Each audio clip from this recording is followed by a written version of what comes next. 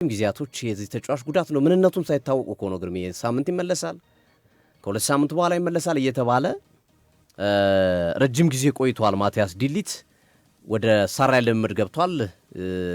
ማህበራዊ ሚዲያዎች ላይም መረጃዎች ላይም በስፋት የማቲያስ ዲሊት የልምምድ ፎቶዎች እየተዘዋወሩ ይገኛሉ። በነገራችን ላይ ዛሬ በወጣው መረጃ መሰረት ለሌሳንድሮ ማርቲኔዝ ማንቸስተር ዩናይትድ ጠይቆ ነበረ፣ ደብዳቤ ያስገብቶ ነበር ለኤፍኤው ቀይ ካርዱ ተገቢ አይደለም በሚል ውድቅ ተደርጎበታል። ስለዚህ አሪፍ ታይሚንግ ላይ ነው ማቲያስ ዲሊት የመጣላቸው። ሌሳንድሮ ማርቲኔዝ በቀጣዮቹ ሁለት ጨዋታዎችም አያገኙትም ማለት ነው። 3 ጨዋታ ስለሆነ ቅጣቱ የማቲያስ ዲሊት መመለስ በትልቁ ጠቀሜታ ይሰጣቸዋል ተብሎ ይጠበቃል። ማንቸስተር ዩናይትድ የፊታችን ሰኞ ነው የሚጫወተው ከብሬንትፎርድ ጋር። ስለዚህ ቀጣዩን ጨዋታ ካሸነፈ ኦልሞስት የቶፕ ፎር ጉዳይ እጅ ውስጥ አስገብቷል። ነገሮች አልጋ ባልጋ ይሆኑለታል ተብሎ ይጠበቃል። ማይክል ካሪክ የተሰጣቸውን እቅድ በደንብ የሚያሳኩ ይመስላሉ። ከወዲሁ የቶፕ ፎር ቦታን በቀጣዩ ዓመት አውሮፓ ሻምፒዮንስ ሊግ ለመፎካከር የሚያደርጉበት ቦታ ላይ በትክክለኛው ጊዜ በትክክለኛው ሰዓት እንዲገኙ በማድረግ ትልቅ ስራ ሰርተዋል። አሁን ደግሞ የማቲያስ ዲሊት መመለስ ሌሳንድሮ ማርቲኔዝ በተቀጣበት ጊዜ መሆኑ ትልቅ ጠቀሜታ የሚሰጥ እንደሚሆን ይጠበቃል። ሌላው ፔፕ ጋርዲዮላን የተመለከተ ጉዳይ ነው። አሰልጣኝ ጆሴ ፔፕ ጋርዲዮላ በአመቱ መጨረሻ ሲቲን ለቃሉ ተብሎ ይጠበቃል። አብዛኞቹ ግምቶችም እንደሚለቁ ነው የሚያሳየው። ያው ኢንዞ ማሬስካን ለመተካት ሲቲ እየሞከረ ነው ያለው። በነገራችን ላይ ሲቲ ኢንዞ ማሬስካን የሚተካ ከሆነ ወይም ኢንዞ ማሬስካን የሚያስፈርም ከሆነ ለቸልሲ ይከፍላል ገንዘብ። 3 ዓመት ኮንትራት አላቸው ቀሪ ከቸልሲ ጋር እና ያው ብዙ ጊዜ አንዳንድ አይገለጽም እንጂ አንድ አሰልጣኝ 5 ዓመት ኮንትራት ኑሮት ለምሳሌ ሊያም ሮሴኔር 6 ዓመት ኮንትራት ነው አይደል ያላቸው። ቸልሲ ወል ማፍረሻውን 24 ሚሊዮን ፓውንድ ቢሰጣቸው እኚህ ሰው በ6 ዓመቱ ስራ ቢያገኙ የቀረውን ገንዘብ መልሰው ነው ስራ መያዝ የሚችሉት። እና ኢንዞ ማሬስካም የውል ማፍረሻ ስለወሰዱ ወደ ሲቲ የሚሄዱ ከሆነ የውል ማፍረሻ ይከፍላሉ። ያው ከኪሳቸው ወጣሉ ተብሎ አይጠበቅም። ሲቲ ነው ሊከፍልላቸው የሚችለው። ጋርዲዮላ ያው በብዙዎች ሲፈለግ ቆይቷል። የጣሊያን ብሔራዊ ቡድን ግን በትልቁ እየሰራ ይገኛል። የጣሊያን እግር ኳስ ፌዴሬሽን ጋርዲዮላ አሁን አዲሱ ነገር ፍላጎት አሳይቷል። ጋርዲዮላም ለመደራደር ዝግጁ ናቸው ከጣሊያን ብሔራዊ ቡድን ጋር። ምክንያቱም የዓለም ዋንጫው ከተጠናቀቀ በኋላ ለቀጣይ ዓለም ዋንጫ 4 ዓመት ስላለ በሚገባ መዘጋጀት የሚችሉበት በሚገባ መስራት የሚችሉበት እንደሆነ ስላወቁ ያንን መሰረት በማድረግ ይሄኛው ዓለም ዋንጫ ጣሊያን አትሳተፍም፣ ስራውን ሊቀበሉት ይችላሉ ከሲቲ በአመቱ መጨረሻ የሚለቁ ከሆነ። የመጨረሻ ቅዴ ብሔራዊ ቡድን ማሰልጠኝ ነው ብለው ይናገራሉ። በብዛት የብራዚል ብሔራዊ ቡድን ነበር የሚፈልጉት፣ ግን ብራዚል ላይ ካርሎ አንቸሎቲ ያለ ከባድ ነው እና የጣሊያን እግር ኳስ ፌዴሬሽን ከጥቂት ቀናቶች በፊት እኛም በሰጠነው መረጃ ትልልቅ ስፖንሰሮችን በማፈላለግ የጋርዲዮላን ቅጥር ፈንድ ለማድረግ በጣሊያን ከሚገኙ ትልልቅ ካምፓኒዎች ጋር ወይም ድርጅቶች ጋር እየሰራ እንደሚገኝ ስንገልጽ ነበር።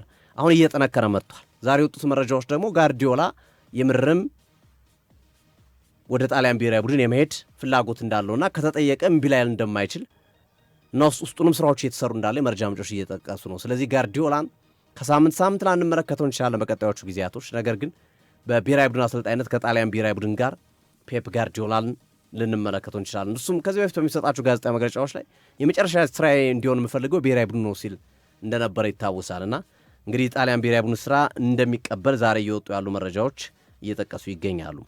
ከጣሊያን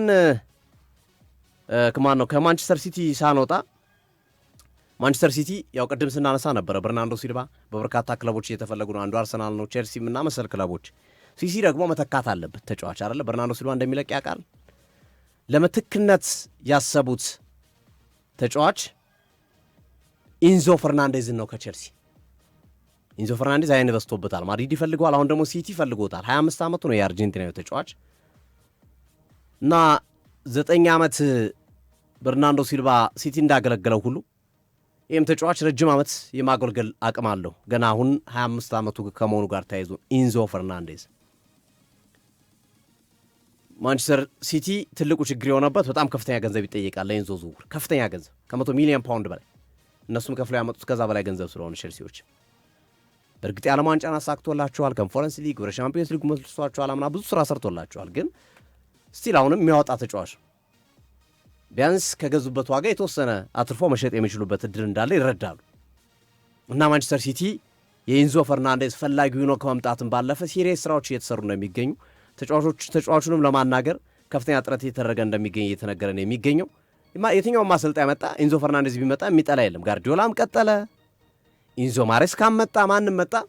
እንዲሁም አንዳንዶች በኢንዞ ማሬስካ ጥቆማ ሳይሆን አይቀርም ኢንዞ ፈርናንዴዝ ለማምጣት የፈለጉት። ኢንዞ ማሬስካና ኢንዞ ፈርናንዴዝ በጣም ነበር የሚግባቡት በቼልሲ ቤት ውስጥ በጣም ቤስት ነበሩ እና ማሬስካ እንደሚመጡ አንዱ ማሳያው ሲቲ ከኢንዞ ፈርናንዴዝ ጋር ስሙ መያያዙ አንዱ ማሳያ ነው የሚሉ ሀሳቦችን እየሰጡ ይገኛሉ። የመጨረሻው መረጃዬ የዶናልድ ትራምፕ ጉዳይ ነው። ዶናልድ ትራምፕ ሰሞኑን መነጋገሪያ ሆኗል በእግር ኳስ ውስጥ። ኢራንን ከዓለም ዋንጫ አስቀርታችሁ ጣሊያን ተኩ እያሉ ነው በወኪሎቻቸው በኩል ንግግሮችን ወይም እርሳቸው በወከሏቸው ሰዎች በኩል ለፊፋ አቅርቧል። እንዲሁም ከተወሰኑ ጊዜያቶች በፊት ዶናልድ ትራምፕ ወደ የኢራን ደጋፊዎችም ተጫዋቾቹም ወደ አሜሪካ ባይመጡ ይሻላል የሚል አይነት ይዘት ያለው ሀሳብ መናገራቸው ተከትሎ መነጋገሪያ ነበር። አሁን አይን አውጥተው ኢራንን አስወጡ፣ ጣሊያንን ተኩ ብለዋል። ኢራኖችም ላይሳተፉ ይችላሉ ተብሎ ነበረ ካለው የዓለም ዋንጫ የዓለም ግጭት አንጻር ከአሜሪካና ከኢራን ግጭት አንጻር ላይሄዱ ይችላሉ ተብሎ ተፈርቶ ነበር። ግን ኢራኖች እንመጣለን አሉ። ፊፋ ውሳኔው ይጠበቅ ነበረ። ከተወሰኑ ሰዓታት በፊት በሰጠው ውሳኔ አልተካም ብሏል ፊፋ። በነገራችን ላይ ጂያን ኢንፋንቲኖና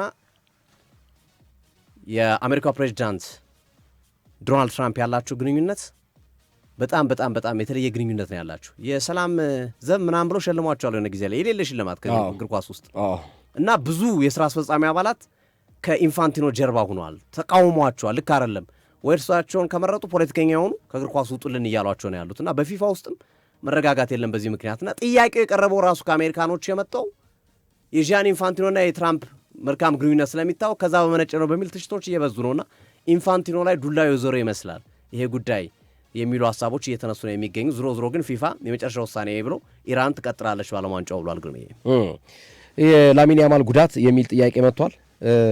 ላሚን ያማል ከውድድሩ ከመጠናቀቁ በፊት ለማድረስ ጥረት እያደረጉ ነው፣ ግን የሚደርስ አይመስልም። ትኩረታቸው ሁሉ ስፔኖች ለዓለም ዋንጫ ብቻ ሆኗል እና በባርሴሎና እግር ኳስ ክለብ ፔናልቲ ካስቆጠረ በኋላ ሴልታ ቪጎ ላይ ነው ጉዳቱን ያስተናገደው ላሚን ያማል እና በዘንድሮ የውድድር ዓመት የመድረሱ ነገር ምክንያቱም ካላቸው ቀሪ ጨዋታ አንጻር ማለት ነው ኦልሞስት እያለቀ ነው እና ከዛ አንጻር የመድረሱ ነገር በውድድር ዓመቱ አነስተኛ ወይም ዝቅተኛ እንደሆነ እየተነገረ ነው። ተጨማሪ የሜዲካል ምርመራዎች ተደርጎ ባርሴሎና እግር ኳስ ክለብ ደግሞ የላሚን ያማልን ጉዳት ይፋ እንደሚያደርግ ታውቋል። ሶፊ ይችን ለመጨመር ብዬ ነው። አድማጭ ተመልካቾቻችን አብራችሁ ለነበራችሁ ከልብ እናመሰግናለን። የኢትዮጵያ አእምሮአዊ ንብረት ባለስልጣን የዚህ ዓመት መፈክሩ የአእምሮአዊ ንብረትና ስፖርት በሚል እየተከናወነ ይገኛል። የተለያዩ ጥያቄዎችን ጠይቀናል። አሁንም መልሱ ምላሾችን የኢትዮጵያ ፕሪሚየር ሊግ የምንጊዜም ኮከብ ጎል አግቢ ማን ነው፣ ስንት ጎል፣ እንደዚሁም አበበ ቢቂላስ በባዶ እግሩ ሩጦ ያሸነፈበት ከተማ ማን ይባላል የሚሉ ቀላል ጥያቄዎች ናቸው። 9760 ላይ ብቻ ነው መልሱ መመለስ የሚችሉት 9760 ላይ። እናት ባንክንም ከልብ እናመሰግናለን አጋራችን ስለነበረ። ማሚሳክ ፍራሽ ተመራጩ ነው። ማሚሳክ ፍራሽ ብለው ፍራሽ የመግዛት ፍላጎት ያላቸው ይግዙ። የተለያዩ ዩኒቨርሲቲዎች፣ የተለያዩ ተቋማቶችም የማሚሳክ ፍራሽን ተመራጭ አድርገዋል። ማሚስ ሀክ ፍራሽ ይመቻች እያለው